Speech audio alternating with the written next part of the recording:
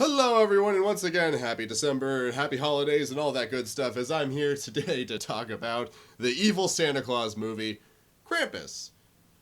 And this is going to be probably a pretty quick one because this movie is fairly simplistic. It's amazing. I loved every second of it. It was hilarious. It was creepy. It was incredibly well acted. The practical effects looked really good as they used all these really crazy puppets to attack this family, and even the CGI looks pretty good. But I'm getting ahead of myself here. This is a very good movie, but what is it about? Krampus takes place, a couple days before Christmas as one, upper class family in Chicago whose house looks a lot like the Home Alone house. It's not, I looked it up, but it looks a lot like it. I kind of like that little touch there. And as they're getting ready for Christmas and their family is coming to visit, and they're kind of I want to be careful how I use my words here, but I'm going to go with like a little lower brow, kind of traditional, like Southern family, gun-toting, Humvee driving, very aggressive, very in your face, a little offensive, all that kind of stuff. And it's just the families butting heads as they're getting ready for Christmas. So it's tying into that concept of how around the holidays you get together with your family or people that and you just celebrate good times together, and even though you're celebrating together and you're related and you like each other, sometimes there's tension, sometimes there's a lot of things that you don't necessarily get along with, you don't see eye to eye on things. So even though it's a happy time of year, sometimes depending on families and things like that, it can also be kind of tense and a little awkward as these people that are connected to each other but don't really see each other very often kind of come together. And where does it lead? One of the kids of the richer family, their youngest, there's a daughter, and then there's the little boy who's kind of on the edge of childhood and preteen or teen stuff, as he's kind of like, Santa's not real, but I want Santa to be real. I know he's not, but I want to write my letter and all that. And so when all this holiday horrorness starts setting in, it's all kind of tying into that loss of innocence as you see things from a different perspective. And also it's a metaphor of families butt heads and things like that, but they're also family, and they come together and they love each other in their own little ways. There was a lot of nice little moments between the family members, especially one that really stuck out to me, where one family member was really crass to another one. Bumped my monitor right there. One family member was really crass to another one, and then the one that was crassed at was like, "Why do you always have to be like that?" And then the one that was crass is like, "Oh, honey, And then she gets completely cut off. We don't get to see her finish the sentence, but it felt like she was gonna say something along the lines of, I'm rude, but I love you," kind of a thing. And so it's like the different perspectives of this, like the richer, upper class section of the family, kind of looks down on the more southern, the more crass, lowbrow, aggressive side of the family. But then the other side of the family, they're nervous for being there. They feel this is their family, but they don't feel like they're where they should be. They feel out of place. And I don't mean that in like some kind of like class metaphor. I mean, like, they're not necessarily comfortable leaving, where they live and then coming up into all this stuff that's fancier and nicer than the life that they're used to. It's not normal for them, and it kind of takes them out of their comfort zone. And so everybody's on edge. Everybody's got their own little issues. Everyone has their own little things that's going on. It's a very well-developed family that's going through this. And again, the whole thing is just a metaphor for families coming together, because you may not necessarily get along with these people on every level, but if the shit hits the fan and they're there, you're going to fight to the death with them. You're going to want to protect each other. You're going to want to help each other, because after all, at the end of the day, it is family. And that's Krampus, and it's kind of genius in how it does it. It's equal parts scary and hilarious, like kind of in the same vein as Gremlins. Like, I know that there's another Gremlins along the way, so I was really amused by how much this movie reminded me of Gremlins. And then there's all that, like the silly horror shenanigans that are kind of adorable. They're scary, but they're so cute. You're like, ah! And then there's the Home Alone house, so this feels like just a great send-up for just the holiday genre in general.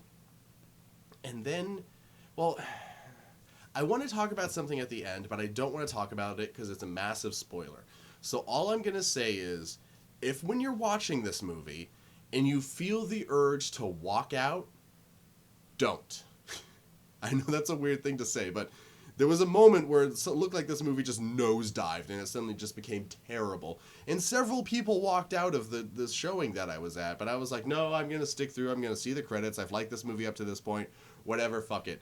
But then it took that nosedive and it made it just fucking amazing.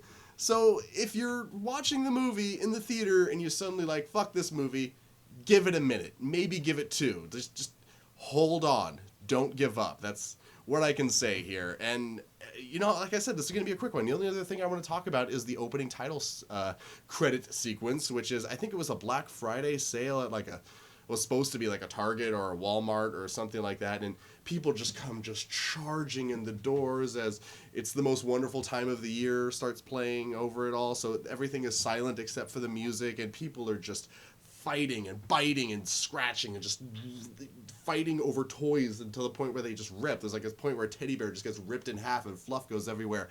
There's like kids crying, kids lost, security guards tasing people as this horrible music. I mean, this very likable, very, loving music that stood the test of time and all that is playing, but it clashes with the imagery so beautifully. We see a nativity scene break down into a fist fight.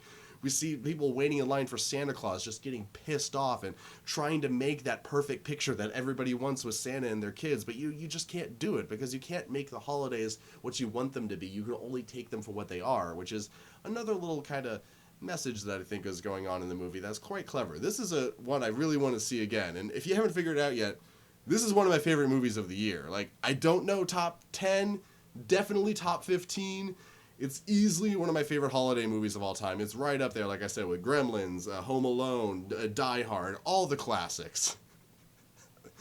Die Hard is a Christmas movie. Who doesn't love it? But yeah, Krampus. I don't know what else to say. I thoroughly loved this movie. If you don't know what it is, Google the Krampus trailer, and it'll tell you if you're interested in seeing this movie or not. It's a lot of fun. It's very creepy. It's very funny. It's incredibly well acted. And I kind of touched on this a second ago. The practical effects were incredible. There's all these monsters that are all inspired by Christmas themes, like elves and jack-in-the-boxes and teddy bears and things like that. And like the angel you put on top of the tree. And they're all achieved practically. They're all puppets. There's a little bit of CGI for some of it. I'm not going to spoil what. But, some of the things they had to go CG on.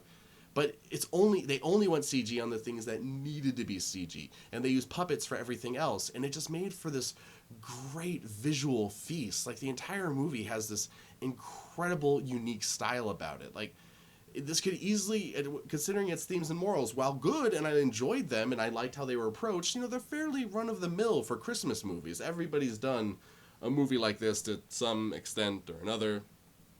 So it was nice to see this take on it with this much visual flair. Like, the movie's very bright and happy in the beginning, especially during that montage of the Black Friday sale from hell. And then it kind of gets darker and darker and darker as, these things start happening, as Krampus gets summoned and these little followers start showing up. And the movie is very brilliantly paced, too. Man, I'm already at 8.5 minutes, and I said this was going to be a short one. I guess once I start talking sometimes, I just kind of keep going, but the pacing is there's a great thing with snowmen. Like, right when things are starting to get weird, like a kid looks out the window and he sees this kind of weird snowman just kind of hanging out in this blizzard that wasn't there before, and as the movie goes on, there's more snowmen and more snowmen and more, and that's such a good way to compare this. It's a good way to talk about how this movie builds, because it does just build off of itself so well. And I'm almost out of recording room, so I'm going to have to wrap this up right now. This movie is very brilliantly paced, incredibly well acted, very good cinematography. The effects are amazing. If you're at all interested, go see it, and happy holidays.